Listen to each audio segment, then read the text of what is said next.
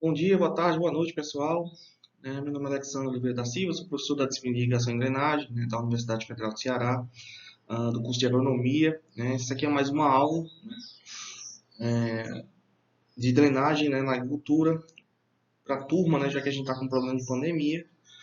Acho que esse é o meu sétimo vídeo, se não me sexto ou sétimo vídeo, e vai estar disponível o link no Siga, assim como as aulas e os exercícios, tá bom? Eu ainda não sei o que vamos fazer com relação às avaliações. Contudo, é extremamente importante dizer que elas precisam ser feitas. A gente tem uma avaliação que é um relatório.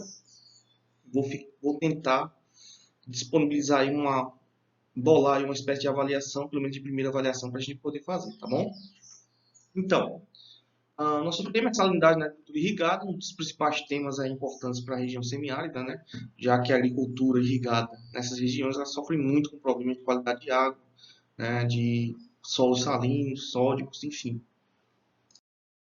Bem, a primeira questão é a origem da salinidade em áreas irrigadas. A gente pode considerar primeiro, a água utilizada na irrigação. Normalmente essas áreas possuem irrigações por poços, devido principalmente à questão da baixa quantidade de águas superficiais, principalmente no Ceará, que a gente vem vivendo aí um período de seca muito grande. Então, a escassez de águas superficiais faz com que as pessoas, os agricultores, eles irriguem com água de poço, que normalmente são águas salobras, nessa região semiárida, e isso pode ocasionar aí alguns problemas, de salinização, já que essa água é utilizada para irrigação.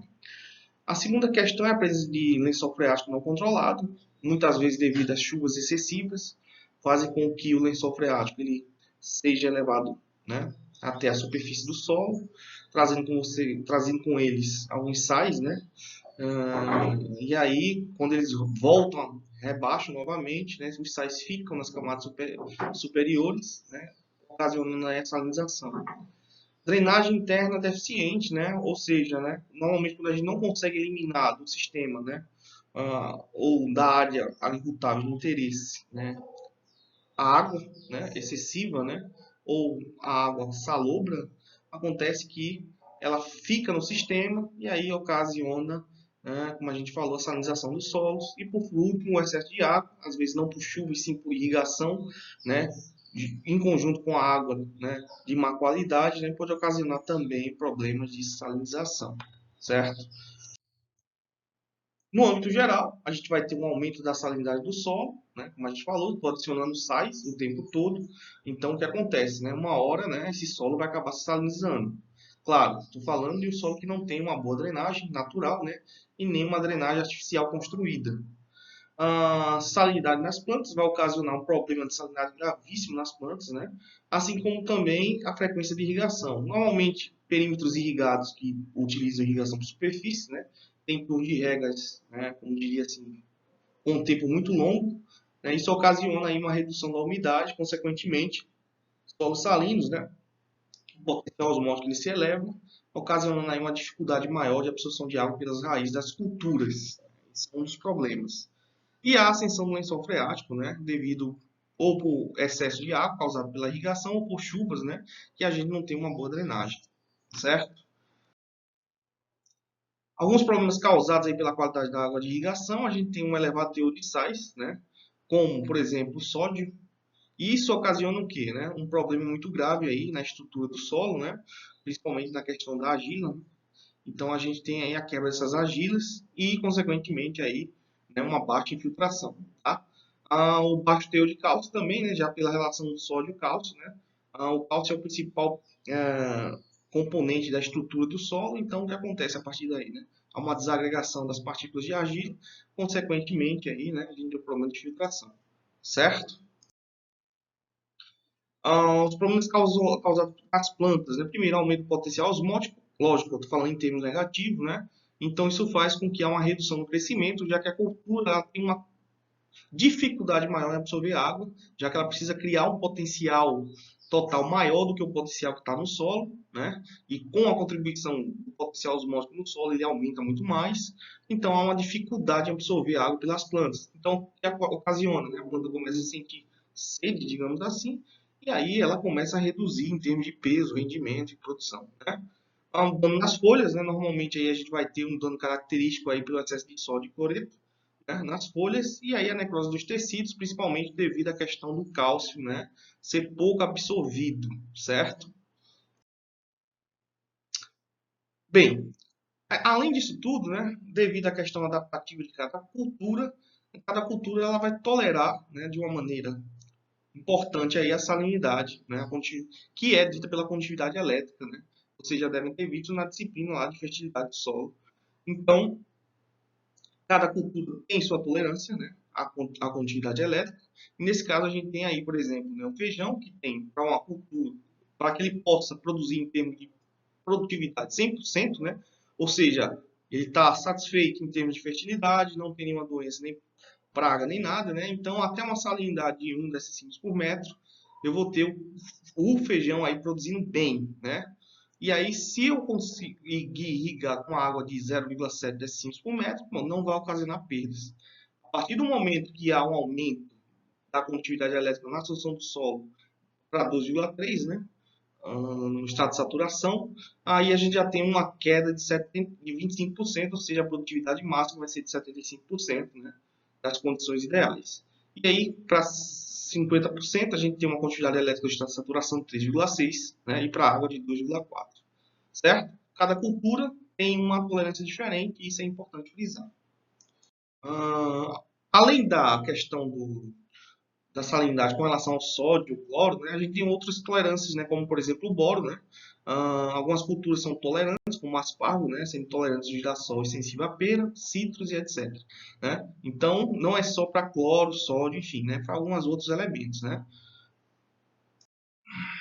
Então, o grande problema, além de tudo, é a absorção aí do excesso de alguns elementos em relação a outros, né, pela planta.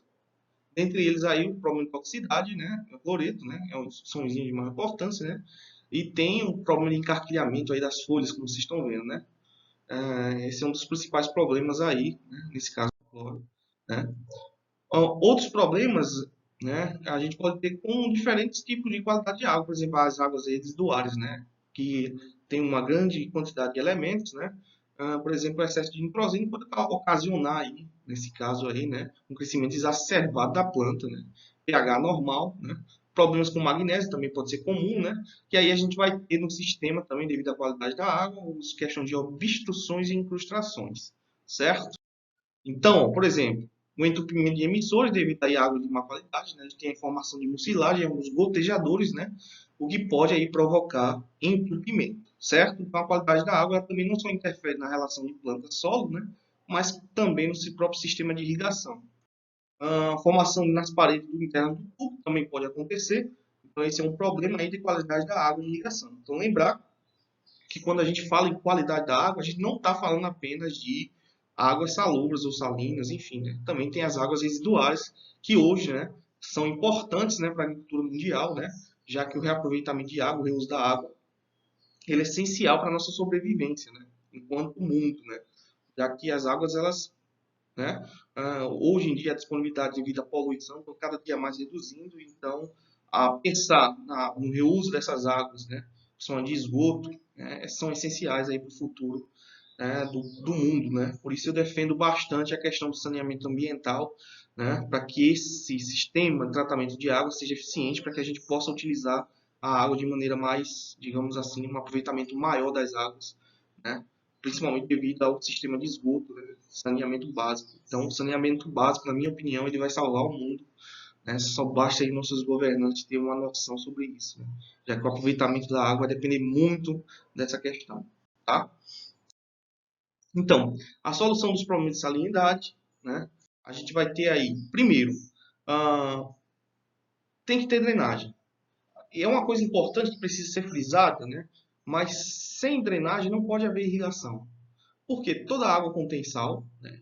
Toda vez que você vai fazer uma irrigação, você está depositando sais no solo, certo? Pode até ser que a drenagem,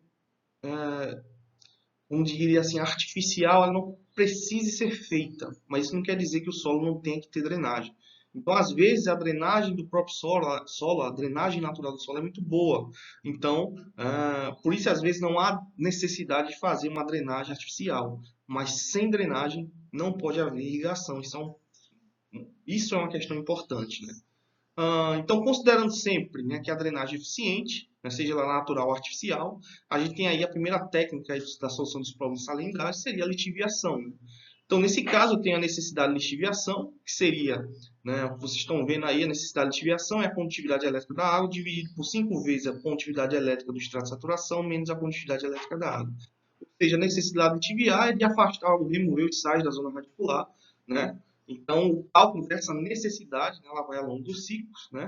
E aí, o momento de lixiviação, normalmente pode ser feito em diversas formas. No início da questão da cultura, do semeio, né, ou do plantio, aproveitando aí as chuvas, né, da própria região para lavar o solo, né, e fazer um monitoramento aí pelo condutivímetro, né, através da solução do solo, né, ou pelo extrato de saturação e etc. É essencial.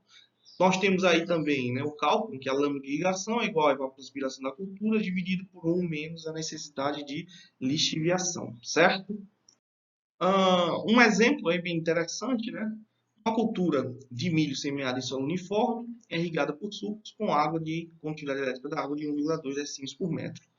E uma eficiência de aplicação de 65%, né? Se a evapotranspiração da cultura anual é de 800 milímetros, né? Determinar a lâmina anual requerida para satisfazer a evapotranspiração e a lixiviação dos sais. Ou seja, eu tenho uma água com 1,2 decímetros. Então, primeiro eu preciso dizer o que é que eu tenho de disponibilidade de água a mais para poder aplicar, né? E fazer com que a cultura não seja tão afetada pelos sais. Eu tenho duas opções. A primeira, se eu manter a condutividade elétrica do estado de saturação em 2,5, eu vou ter um rendimento de aproximadamente 90%. Ou seja, do total ou do potencial total que a cultura vai produzir, ela vai só perder 10%. Se eu manter a condutividade elétrica do estado de saturação em 2,5. Se eu manter em 1,7, né, ela vai produzir o seu potencial máximo, né?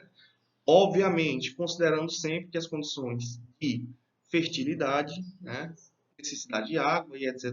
estão bastante satisfeitas, né? Estão satisfatórias para que ela apresente aí o seu potencial máximo, tá bom? Então, calculando a lâmina de água, se eu quiser ir para um rendimento de 90%, eu vou ter aí, né, o cálculo da necessidade de lixiviação, né?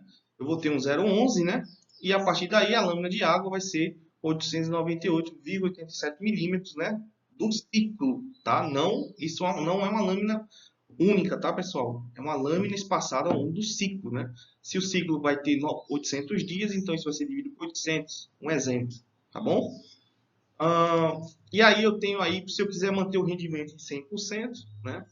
Vou fazer o mesmo cálculo, e nesse caso, a necessidade de lixiviação vai ser um pouco maior, 0,16, então a lâmina de água que eu preciso aplicar é um pouco maior. Ou seja, quanto mais água eu aplicar no solo, considerando o sistema de drenagem eficiente, né, mais lavado vai ser, né, e aí, né, menor é a condutividade elétrica.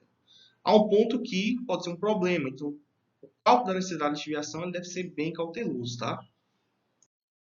Então, a fração de lixiviação é quando a gente faz aquela aplicação de lâmina, né, durante um momento no ciclo, né, ou durante o ciclo, em que possa carrear ou deixar os sais afastados do sistema radicular, certo? Então, para isso, né, a gente calcula aí a fração de lixiviação vai ser igual à condutividade elétrica da água dividido pela condutividade elétrica do dreno, né? Ou a condutividade elétrica do dreno é igual à condutividade elétrica da água dividido pela fração de lixiviação. Um exemplo aí, né? A água de irrigação, ela tem condutividade elétrica de 1,5 metros, a fração de lixiviação é de 0,15, né? Então, para estimar 85% da água aplicada, correspondente a ETC, vamos determinar a concentração de água de drenagem. Ou seja, para eu aplicar uma fração de lixiviação de 0,15, né, numa lâmina de irrigação, qual é a condutividade elétrica que vai sair, né, no sistema de drenagem? Né, sabendo aí que a condutividade elétrica da água é de 1 decissímeros. Por que a gente tem que aplicar essa água? Porque a minha água ela já não é uma água, né, de tão boa qualidade assim e eu preciso afastar os sais aí do sistema, da zona radicular. Então, para isso, né, é só utilizar a fórmula, né, e eu sei aí que quando eu aplicar essa água, né, com essa fração de lixiviação, o que vai sair em termos de condutividade elétrica de drenagem, né, da água no dreno, né, a condutividade elétrica da água no dreno vai ser de 6,66 decímetros por metro. A grande questão é o que fazer com essas águas drenadas, né? Alguns trabalhos que eu vou tentar passar para vocês, né, é o reaproveitamento dessa água para a própria irrigação, né, fazendo com que o sistema seja quase que fechado, né, e só perdendo aí para levar para transpiração. É uma ideia bastante interessante, já que o problema de água de drenagem, né, podem conter diversos agrotóxicos, né, e problemas que a gente pode haver, né, e aí a gente não pode utilizar e jogar isso né, em algum corpo hídrico, né, público, isso não é interessante, tá bom? Então, problemas de salinidade, né, são essenciais aí a gente saber tratar com necessidade de desviações lâminas que lixiviam esses sais, considerando sempre que a drenagem seja eficiente.